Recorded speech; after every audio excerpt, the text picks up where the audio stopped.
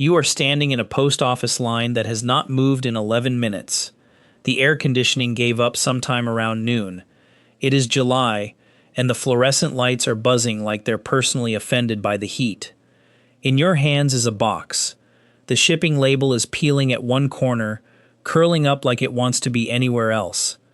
Inside the box is nothing, just paper, filler paper, because you didn't have real packing material and you weren't about to buy any. You check your phone, $8,547. Not a typo, not a one-time spike. That's this month. Same as last month. Same as the month before that. A number that lands in your account on autopilot, whether you're standing in this line, or asleep, or 3 states away doing absolutely nothing related to it. Nobody in this post office knows that. The woman in front of you is arguing about a package that got crushed. The guy behind you smells like he's been mowing a lawn since 6 a.m. And you're just a guy in line. Cargo shorts, a shirt you've had since college. Nobody's looking at you twice. That's the whole point.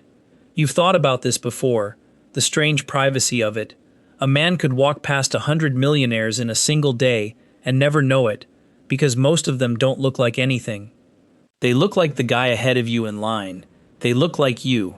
How does a person go from standing in a slow line at the post office to a business that runs itself, printing 5 figures a month, with 0 ad spend, selling to a niche so obscure most people don't know it exists?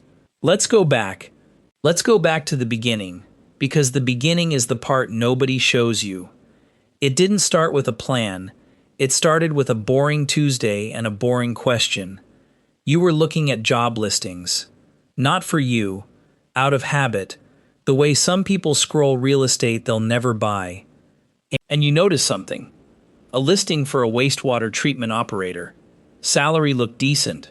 Requirements looked brutal. A certification exam that terrified people. Forums full of grown men. Guys who'd worked physical jobs for 20 years. Absolutely panicking about a written test. You kept scrolling, crane inspectors. Same thing. Same panic. Same forums, same threads, same guy posting at 2 a.m. asking if anyone had the real practice questions, because the official study material read like it was translated from another language by someone who hated you personally. Here's the thing, nobody in your life would have understood if you'd tried to explain it to them at a dinner party. You weren't looking at a job, you were looking at a gap. Thousands of people, every year, needing to pass a specific, narrow, unglamorous exam, willing to pay for anything that made it easier. And almost nobody selling them anything good. So you built a PDF. Not a course, not a system. A PDF. 40 pages. Practice questions pulled together from public domain municipal codes, organized the way you would have wanted them organized if you were the guy panicking at 2 a.m. You spent maybe 3 weekends on it.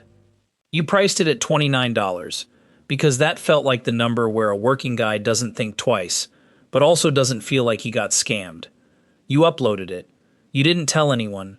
You didn't post it anywhere flashy. You just let it sit there, in the 2 or 3 corners of the internet where people who needed it were already looking. 3 days later, a sale came through. You opened your email out of pure boredom, expecting nothing, and there it was, a buyer. And the email address ending in .gov, a government employee. Somewhere in this country, a man working for a municipality, on his own time, using his own money, bought your PDF to study for a test that would decide whether he got a raise, a promotion, a different life for his family. It cost you $0 to deliver, no shipping, no manufacturing, no overhead, just a file. Moving from your server to his inbox at 2 in the morning while you were asleep. $29 doesn't sound like anything. It isn't anything by itself, but it was proof. Proof that a stranger with a real job and a real reason would pay real money for something you built out of nothing but attention to a gap other people were too bored to notice. That's the whole architecture. That's the entire empire in its infancy. Not a brand, not a vision, not a mission statement. Just a quiet transaction between 2 people who never spoke, solving a problem neither of them would ever discuss at a party. You didn't stop at one PDF. You built the next one, then an audio version, because half your buyers were driving to job sites and wanted to listen instead of read.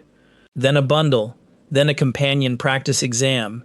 Each one built the same way, quiet, boring, correct. Each one solving one more piece of one more person's very specific, very real problem. No hype, no launch, no countdown timer, just more gaps, filled, one at a time. Let's talk about the math, because the math is the part that made it real to you. $29. Say 10 sales a week in the beginning, which felt slow, almost embarrassing to admit out loud. 10 sales a week is $290. Not life-changing, barely worth mentioning, but there was no cost sitting underneath that number. No manufacturing, no warehouse, no employee waiting on an hourly wage while you figured things out. The file existed once, and then it existed forever, copied infinitely, at no additional cost, to anyone who needed it. That's the part people miss when they picture building a business. They picture inventory. They picture risk. They picture a loan, a lease, a gamble. You had none of that. You had a laptop you already owned, and a weekend you would have spent doing nothing anyway. So when the second product launched, and it also sold 10 a week, you weren't managing two supply chains, you were just adding $290 more on top of the first $290, with the same amount of ongoing effort, which was close to none. By the third product, you noticed something else. The buyers overlapped. A guy who bought the wastewater study guide, 6 months later, needed the crane inspection guide because he'd moved jobs, or because his cousin needed it, or because he simply remembered your name showing up in a search once before and trusted it again. You weren't finding new customers. You were quietly compounding the same trust over and over in a niche too small and too unglamorous for anyone flashy to bother competing in. That's the actual secret, if there is one. Not marketing, not traffic, boredom, applied consistently to a real problem for long enough that the math starts doing the multiplying for you. Somewhere in your second year you found him. You didn't go looking. The algorithm handed him to you, the way it does.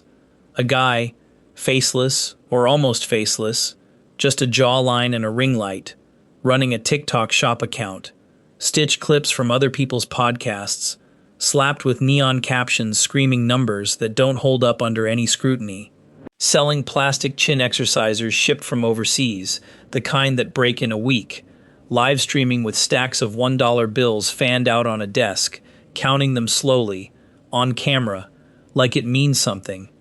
You watched a few of his videos the way you'd watch a car with its hood up on the side of the highway. Not because you wanted to help, because you couldn't look away. He had followers. He had comments. He had, presumably, some amount of actual revenue buried somewhere under the noise. What he didn't have was an asset. He had a persona, and personas are expensive. They need constant feeding, new clips, new captions, new stacks of cash to fan out for the camera, because the moment the performance stops, so does the money. You have never once fanned out cash for a camera. Nobody has ever seen your face attached to any of this. There's no persona to maintain, no image to defend, no algorithm to please with your personality. Just files. Files that sell themselves. To buyers who found you through a search, not a scroll. Buyers who weren't entertained into a purchase. They were relieved into one, because you solved something real. His business is a performance that requires an audience. Yours is a quiet machine that requires nothing. If his platform disappeared tomorrow, so would he. If your platform disappeared tomorrow, you'd just build the same files on a different platform, because the asset was never the platform. The asset was the knowledge of the gap, and that lives in your head, not in anyone's algorithm. You imagine, sometimes, what his spreadsheet actually looks like underneath all that noise.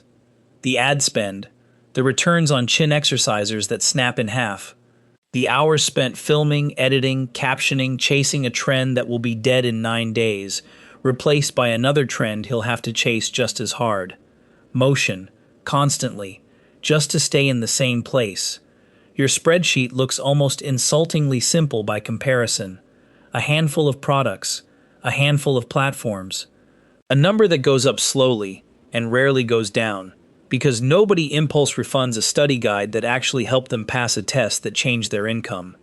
He is loud because loud is the only lever he has. You are quiet because quiet was never a limitation. It was the entire strategy, disguised as an accident. That's the whole difference between flash and stealth. Flash needs to be seen to survive. Stealth just needs to be correct. Here's the part that doesn't make it into the highlight reel. Your brother-in-law asked you, at a cookout, how the online stuff was going. He asked it the way people ask about a hobby. A little indulgent, a little amused. You said fine, and changed the subject to the food, because the honest answer would have required explaining an entire world he had no context for. And worse, it would have required admitting a number that would change how he looked at you. Not because you're ashamed of it, because the moment you say a number out loud, the relationship changes. People start doing math about you instead of talking to you. They start wondering what they should have asked for. They start wondering why you never mentioned it sooner, and whether that means something about how you see them. So you just don't mention it. Your mother thinks you have a website thing. That's the full extent of her understanding, and you've let it stay that way, because correcting it would open a door you're not sure you want open.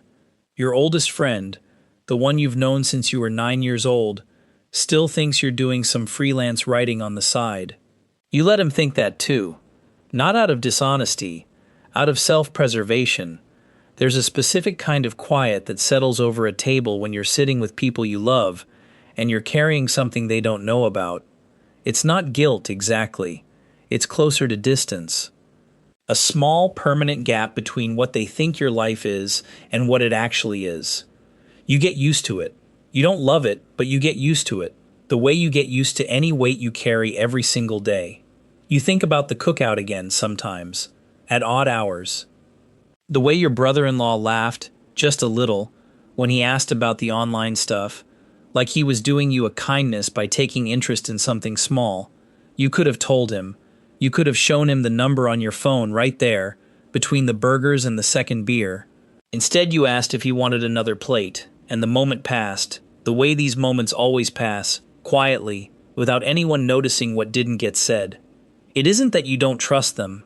It's that the truth doesn't fit the shape of the relationship you already have. You built this thing alone, in silence, on weekends nobody was watching, and there's no clean way to hand someone the ending without also handing them the years of nothing that came before it. The years where it would have sounded like a fantasy, or worse, like bragging about a fantasy. So you keep shipping empty-looking boxes to strangers who will never know your face, and you keep answering fine to people who will never know your number. And somewhere in between those two silences, you've built an entire second life that only you can see the full shape of. Success like this doesn't isolate you with drama. It isolates you with silence, with the small, constant editing of your own story, so it fits into conversations that were never built to hold it. You reach the number you'd once written on a sticky note and stuck to your monitor as a joke. $8,500 a month, on autopilot, from a niche most people can't even name. And nothing happened. No confetti, no call from anyone, no moment where the weight lifted and the world looked different. You paid a bill, you made dinner, you went back to the post office the next week to ship out another empty-looking box to another buyer who'll never know your name, and you'll never know his. The milestone came and went like every ordinary Tuesday that built it. Maybe that's the real lesson buried under all of this. Not the 8,500, not the .gov email address, or the plastic chin exerciser guy, or the peeling label on a box full of nothing. Maybe it's this. What are you actually building? Something that needs to be seen, or something that's simply, quietly, correct? Because one of those needs an audience to survive, and the other one just needs you to keep showing up, unnoticed, in a line that isn't moving, holding a box nobody will ever open but you.